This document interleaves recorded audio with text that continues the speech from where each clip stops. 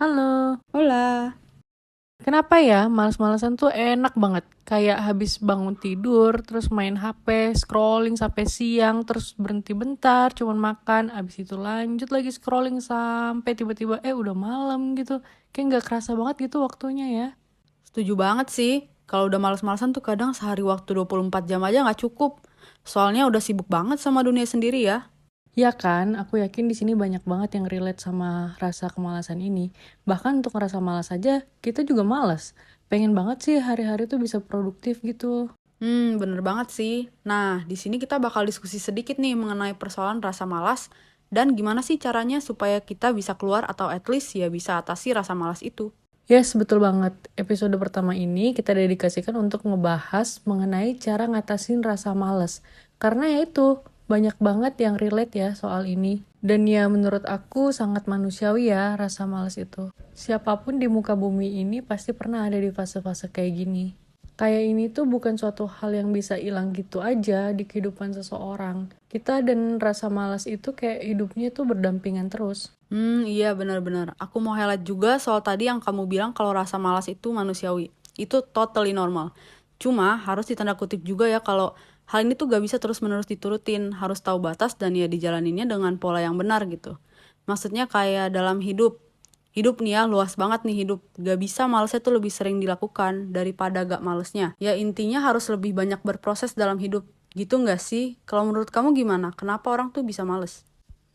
Menurut aku orang malas itu karena mereka belum bisa menentukan sebuah keputusan atau tujuan yang pengen mereka capai sih. Itu yang pertama. Terus yang kedua, mereka tuh nggak ada urgensinya untuk ngelakuin hal-hal yang mengharuskan mereka untuk melakukan sesuatu gitu. Mungkin karena mereka punya privilege atau ya nggak ada tuntutan, ya udah jadinya mereka ya kayak gitu aja gitu. Dan mereka ngerasa aman di keadaan kayak gitu. Yang ketiga, mereka takut untuk keluar zona nyaman.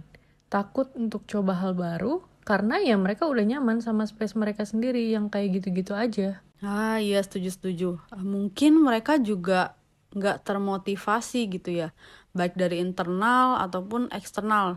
Nih misalnya dari internal motivasinya, kalau kita bisa achieve our goals atau target, kita boleh reward diri kita sendiri gitu dengan apapun yang kita senang. Ya self reward lah anggapannya kalau sekarang. Nah, kalau dari eksternalnya itu bisa seperti ya dorongan atau support dari orang-orang terdekat kita atau validasi atas kerja keras yang udah kita lakukan. Menurutku gitu sih. Nah, menurut kamu gimana nih? Gimana sih caranya supaya kita atau orang-orang di luar sana yang masih struggling tuh bisa untuk atasi hal tersebut? Cara ngatasinnya ya? Oke. Pertama-tama kita tuh harus punya goals atau tujuan. Jangka pendek aja, jangan yang muluk-muluk. Contohnya, morning person nih tujuan kamu. Kamu harus breakdown lagi. Kamu buat to-do list dari pagi sampai sore. Kamu udah tahu list kamu mau ngapain, tapi jangan yang muluk-muluk. Kenapa? Karena tadi kalau kamu muluk-muluk, ya nanti bakalan males. Atau contoh lainnya, goals jangka panjang. Kamu punya body goals. Berat badan kamu sekarang 80, bulan depan kamu mau 50, itu kan gak masuk akal. Jadinya kamu ke pressure, gak sesuai ekspektasi, jadi kamu malas ngejalaninnya lagi. Mending kamu set waktu yang realistis, misalnya 3 bulan atau lebih. Nah, pertama-tamanya kamu build dulu gimana kamu orangnya, apakah kamu memang orang yang suka olahraga atau enggak. Kalau misalnya kamu nggak suka olahraga, ya udah pelan-pelan dulu.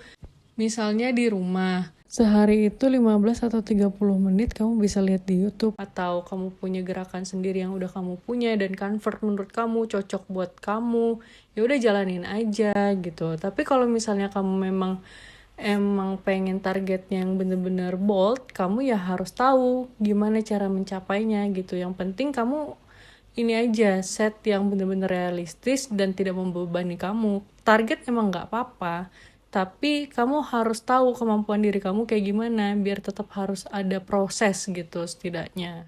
Nah, tadi kan kamu udah tentuin tuh tujuan sama goals kamu. Selanjutnya kamu harus komit dan disiplin sama tujuan itu.